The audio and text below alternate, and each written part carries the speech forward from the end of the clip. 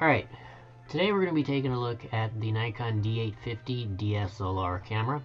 I ordered this from the B&H photo website for about $2,000, and that was a sale. It is currently on sale for about $400 off. So typically it runs roughly around $2,400. So if you want to get one, I would suggest getting it now because that's actually a pretty decent deal. Alright, first off, I also ordered 2 extra batteries for the D850, these ENEL15B. Even though the camera also has one included in the box, I just wanted a couple of extras just to be safe. I also got a 128GB SanDisk Extreme Pro SD card. Anyway, I went with the Extreme Pro because of, as you can see, the 170 megabytes per second transfer rate, which is needed for high frame rate shooting. And then for the secondary card, I got a 120 gig XQD card by Sony. This card was actually very expensive, but it does ramp up to 440 megabytes a second, which is pretty decent. So let's go ahead and open up the box and see what we got going on in here.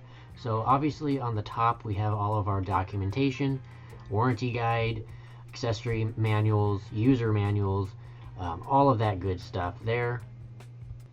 And then underneath this paper tab here, we have all of the rest of the accessories.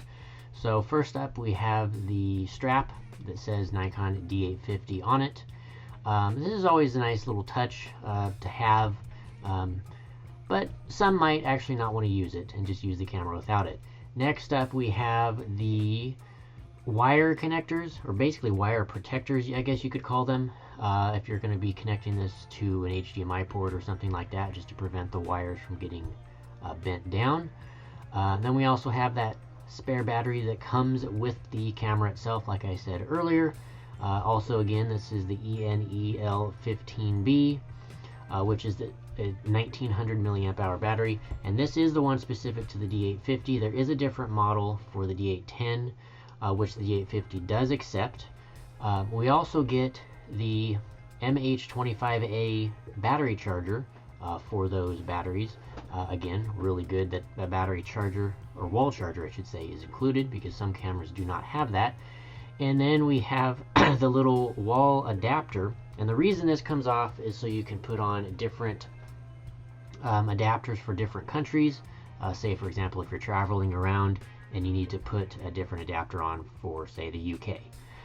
Then we have the USB transfer cable, so if you want to transfer your photos and videos without taking the SD card out, you can do that with that cable. And then last thing here is the actual camera body itself.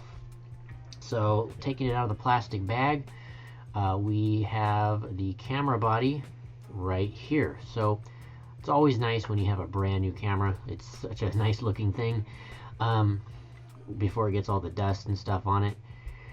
But here is the back. We have all of the buttons plus the touchscreen LCD display, which is rotatable, which is great. And over here, in terms of the buttons, you have your preview button, trash, menu, the lock button, zoom in and zoom out for when you're viewing and reviewing photos, the OK select button, and then your customizable function button down there at the bottom. And then right here we have our viewfinder that has a closable shutter for night photography or long exposures, AF on, our little twist dial for changing shutter speeds and such, a little knob for changing settings, info, a couple of info buttons actually, and then our live view button and or toggle between video and photo modes. And here again is that touchscreen that you can take out and flip around depending on your needs. And here again is that shutter that I was mentioning earlier for long exposures at night to keep light leaking out. Here's the dial on top. This has your mode, white balance, and things like that. Our hot shoe, which is great to have for external flashes and such. And then our secondary display that shows you all of your settings for shooting modes, aperture, things like that. Then we have a dedicated video button, ISO, and our shutter button that accompanies the on-off, as well as stereo microphones right here. And one thing to note is you do not have a built-in flash on the D850 like you did on the D810. So unfortunately you don't get that this time around. Over here we have our little doors for all of our connectors. So the bottom one here is for the USB or HDMI. The middle one is for USB, and the top two are for your headphones and microphone. And on this side, we have our memory card door. So if we slide that open, we have the slot for the SD card as well as the XQD card, which is great. So it's nice that this camera has dual memory card slot support, because you can use that for redundancy and or backup. On the bottom, our quarter thread for tripods, the little connector for the battery grip, as well as the actual battery door, where you put that battery that comes in the box. And moving back around here to the front, we have our secondary dial, again, which is meant for changing aperture. And then we have two customizable buttons right there that you can change to whatever setting that you want. Then we have our lens mount, which is the F mount. And if we take off the cap, you can see the mirror inside there for the viewfinder. And the sensor is hidden behind that. And the sensor on this camera is a 50 megapixels, so it's a very, very high resolution sensor that'll give you very high quality photos. And then on this side, we have another couple of little door flaps, or rubber flaps rather, for external remotes.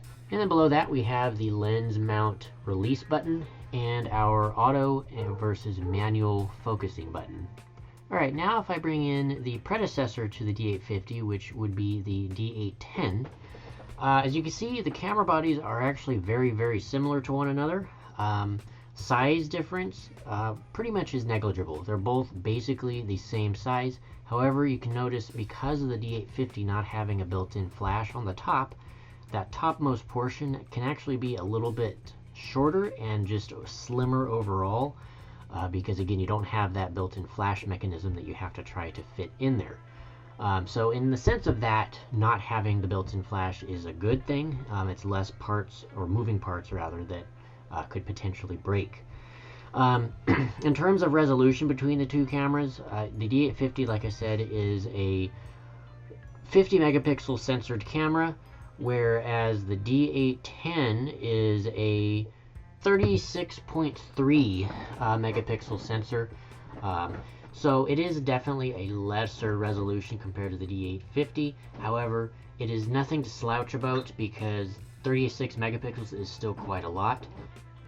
Another couple of benefits that the D850 has over the D810, which are, in my opinion, pretty useful and quite a nice thing to have, is the fact that the screen on the D850 is a touchscreen, and it also can be flipped out and allows to kind of give you a better angle depending on how you're shooting the photos, whereas the D810 does not have a touchscreen at all, and the screen is fixed, so you cannot take the screen out and kind of flip it around in different angles to get a better view if you're down low or up high.